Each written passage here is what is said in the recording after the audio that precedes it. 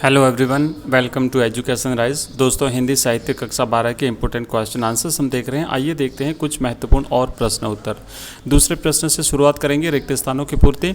गीतिका तथा हरिगीतिका दोनों मात्रिक छंद हैं, दोनों मात्रिक सम छंद है ना। सम मात्रिक छंद यानी कि प्रत्येक चरण में जब मात्राओं की संख्या समान होती है तो सम मात्रिक छंद कहलाता है। नेक्स्ट है, काव्य में जहाँ चमत्कार शब्द में स्थित होता है वहाँ पर शब्दालंकार होता है, और काव्य में जहाँ चमत्कार अर्थ में स्थित होता है वहाँ पर अर्थालंकार होता है। छंद कविता के प्रत्येक चरण में मात्रा, वर्ण, यति, गति आदि एक निश्चित क्रम होता है। नेक्स्ट है, काव्य में शब्द के द्वारा भाव संप्रेषण की चारुता बढ़ाई जाती है, वहाँ पे शब्दालंकार होता है, और जहाँ काव्य की शोभा बढ़ाने वाले उपादान जो होते हैं वो अलंकार कहलाते हैं। विशेष रिपुट की भाषा किस प्रकार की होती है? तो विशेष रिपुट की भाषा सरल, सहज,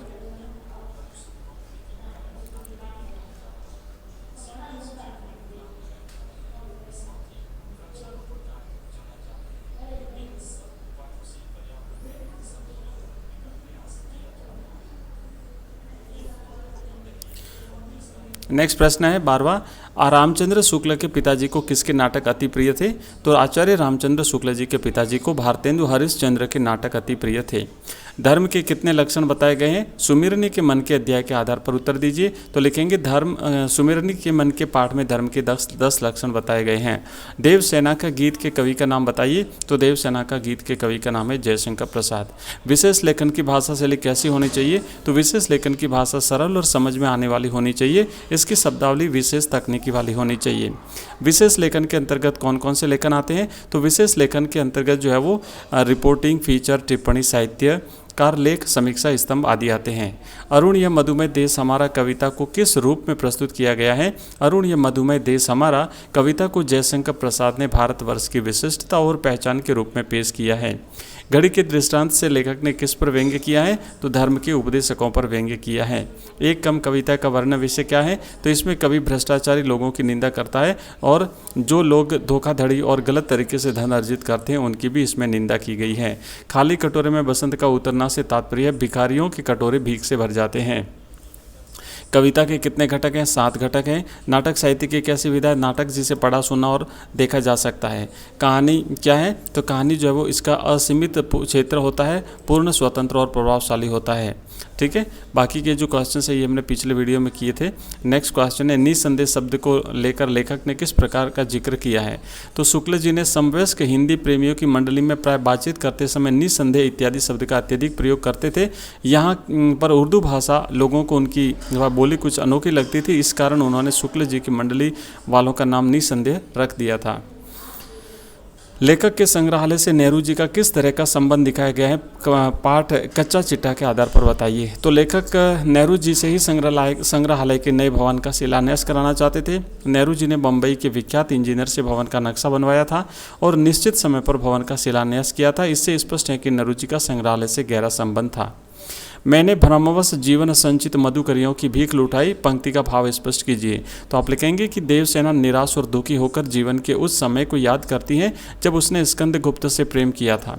उन्हीं क्षणों को याद करते हुए वह कहती हैं कि मैंने स्कंदगुप्त से प्रेम किया और उन्हें पाने की चाह मन में पाली, किंतु ये मेरा भ्रम ही था। मैंने आज जीवन की आकांक्षा रूपी पूंजी को भीख की तरह लुटा दिया है। मैं इच्छा रखते हुए भी स्कंदगुप्त का प्रेम नहीं पा सकी। आज मुझे अपनी इस भूल पर पश्चाताप होता है। विष्णु खरे अथवा तुलसीदास में से किसी एक कवि का साहित्यिक परिचय दीजिए। तो आप इसे पढ़ लीजिएगा। हम पहले ही जो है जो परिचय हैं, कवियों के परिचय हैं, वो हम पहले ही कर चुके हैं। उसके लिए मैंने अलग वीडियो बनाया था, देख लीजिएगा, आपको प्लेलिस्ट में आपको मिल जाएगा। ठीक है, नेक्स्ट है, संभव की कौन सी मनोकामना जो है परिणाम लेकर आई थी? ये भी हम पहले कर चुके हैं, फिर भी अगर आप इसे पढ़ना चाहें तो पढ़ लीजिएगा। नेक्स्ट है, केशवदास अथवा विद्यापति में से किसी एक कवि का साहित्यिक परिचय। इसको भी हम कर चुके हैं पहले। एक बार फिर से आप इसे स्क्रीनशॉट ले लीजिए और इसे वीडियो को पॉज करके, वीडियो को रोक करके आप इसे पढ़ लीजिएगा।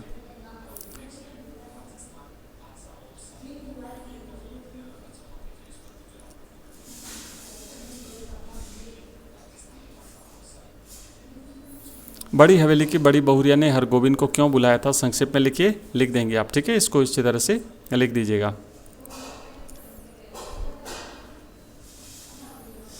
श्री राम के अश्वों की तुलना किससे की गई है और क्यों की गई है? संक्षेप में लिखिए, लिख देंगे आप। इसे पढ़ करके लिख दीजिएगा। ठीक है, पंचवटी की महिमा का वर्णन अपने शब्दों में कीजिए, परीक्षा में आ सकता है, इंपॉर्टेंट है। पढ़ लीजिए इसे अच्छी तरह से, वीडियो को रोक करके, और पढ़ लीजिए अपने मन से। असगर, वजाहत और फणीश्वर रेणु में से किसी एक का साहित्यिक परिचय लिखना है। इसको भी हम पहले कर चुके हैं, एक बार फिर भी अगर आप देखना चाहें तो इसे वीडियो को रोक करके इससे पढ़ लीजिएगा।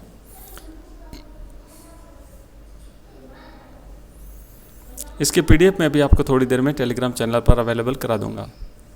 सूरदास पोटली को खोकर किस प्रकार पछता रहा था,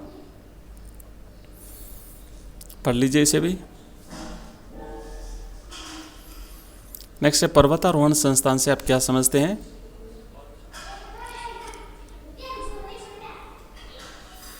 और अगला प्रश्न है अपना मालवा पाठ के आधार पर खाऊ उजाड़ू सभ्यता का आशय स्पष्ट करें। और अंतिम प्रश्न है सूरदास रुपयों की थैली को अपना स्वीकार करने को क्यों तैयार नहीं था। तो ये हमने कुछ महत्वपूर्ण प्रश्न उत्तर देखे हैं, और 9 बजे रहेगी लाइव क्लास, सभी जुड़ेंगे। Thank you.